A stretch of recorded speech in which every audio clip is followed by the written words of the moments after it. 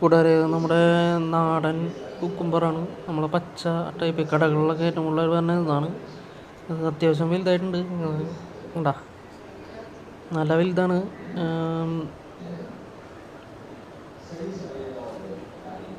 പിന്നെ കുറേ പൂവുകളൊക്കെ ഇട്ടിട്ടുണ്ട്. നന്നായിട്ട് പടർന്നൊക്കെ കയറിയിട്ടുണ്ട്. പിന്നെ അവിടെ ഇവിടങ്ങളായിട്ട് ചെറിയ ചെറിയ കുക്കുംബറുകളുണ്ട്. ഉണ്ടാവാനുണ്ട്, നന്നായിട്ട് ഉണ്ടാവാനുണ്ട് കേട്ടോ. ഞാൻ നന്നായിട്ട് വളം കൊടുത്തിട്ടുണ്ട്. വേറെ കീടനാശിനികളൊന്നും നമ്മൾ ഉപയോഗിച്ചിട്ടില്ല. ജൈവപരമായിട്ടുള്ള കൃഷിയാണ് നമ്മൾ ചെയ്യണത്. കുറേ പിഞ്ച് ഉണ്ടാവുന്നുണ്ട്, വലുതാവുന്നുണ്ട് കേട്ടോ. നന്നായിട്ട് വലുതാവുന്നുണ്ട്. നമ്മൾ അധികം അങ്ങനെ വലുതാവാൻ നിൽക്കണില്ല, പൊട്ടിച്ചിട്ട് കഴിക്കും. നല്ല ടേസ്റ്റാണ്. അധികം മൂക്കാണ്ട് കഴിച്ചാൽ നല്ല ടേസ്റ്റാണ്. ഇടയിലൊക്കെ രണ്ടെണ്ണമൊക്കെ വെച്ചുണ്ടായിട്ടുണ്ട്, ഉണ്ടായി കിടക്കണുണ്ട്.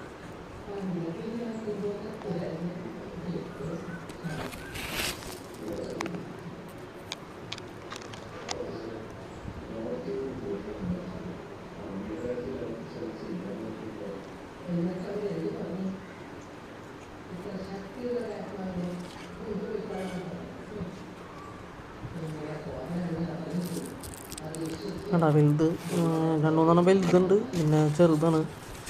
കുറേ പൂവ്, ഇഷ്ടംപോലെ പൂവ് ഇട്ടിട്ടുണ്ട്.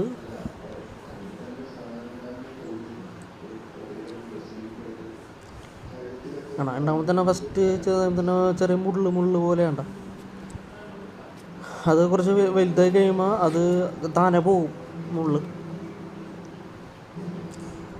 അതിൻ്റെ ഇടയ്ക്ക് ഞാനൊരു കുഞ്ഞ് കയ്പ്പൊക്കെ വെച്ചിട്ടുണ്ടായിരുന്നു. പച്ചക്കളർ കയ്പ്പൊക്കെയാണ്, നല്ല കയ്പ്പുള്ള ടൈപ്പ്. അതും 1-2 ഉണ്ടായിട്ടുണ്ട്. പിന്നെ ഇതിൽ ഏറ്റവും വലുതായിട്ടുള്ള കുക്കുംബറാണത്. ഈ കുക്കുംബറിന് അധികം കീടശല്യങ്ങളൊന്നുമില്ല. കീടശല്യങ്ങളുള്ള കായ്ച്ചയുടെ ശല്യമാണ്. അതിന് നമ്മൾ ട്രാപ്പ് വെച്ചിട്ടുണ്ട്.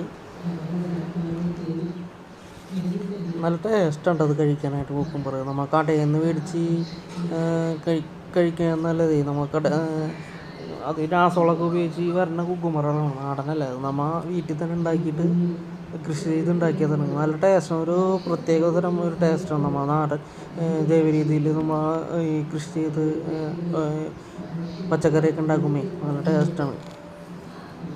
പിന്നെ നമ്മൾ സ്വന്തമായിട്ട് കൃഷി ചെയ്ത് നമുക്ക് ഒരു കായ്ഫലം ഉണ്ടായിക്കഴിഞ്ഞാൽ പിന്നെ ഇതിനോട് ഭയങ്കര ഇൻട്രസ്റ്റാണ്. പിന്നെ ഇത് നമുക്ക് കൃഷി ഇങ്ങനെ തുടർന്ന് പോകാൻ ഭയങ്കര ആഗ്രഹമായിരിക്കും. പിന്നെ ഇങ്ങനെ പുതിയ വിത്തുകളൊക്കെ പിന്നെ സാലഡ് ഇതാക്കാൻ നോക്കുള്ളൂ. കുക്കുംബർ മറ്റേ വൈറ്റ് ഉണ്ട്, സ്നോ വൈറ്റ് എന്ന് പറഞ്ഞിട്ട് ഇനം അതുണ്ട്. അത് ഇത്രയും വലിപ്പം വെക്കില്ല, ഏകദേശം ചെറുതാണ്, ഇതിനേക്കാളും ചെറുതാണ്. പക്ഷെ അതും നല്ല ടേസ്റ്റ് കഴിക്കാനായിട്ട്. കുക്കുംബറിന് നമ്മളെ പുഴുവിൻ്റെ ശല്യം കൂടുതലാണ് കേട്ടോ. പിന്നെ കായ്ച്ചയുടെ ശല്യം കൂടുതലാണ്. അത്രേ ഉള്ളൂ. പിന്നെ നമ്മൾ ശ്രദ്ധിച്ചു കഴിഞ്ഞാൽ അത് ഒഴിവാനായിട്ട് നമ്മൾ ശ്രദ്ധിച്ചു കഴിഞ്ഞാൽ പിന്നെ കുഴപ്പമുണ്ടാവില്ല. പുഴുവിൻ്റെ ശല്യം വേപ്പെണ്ണ ഉപയോഗിച്ച് കഴിഞ്ഞാൽ അത് കുറയും.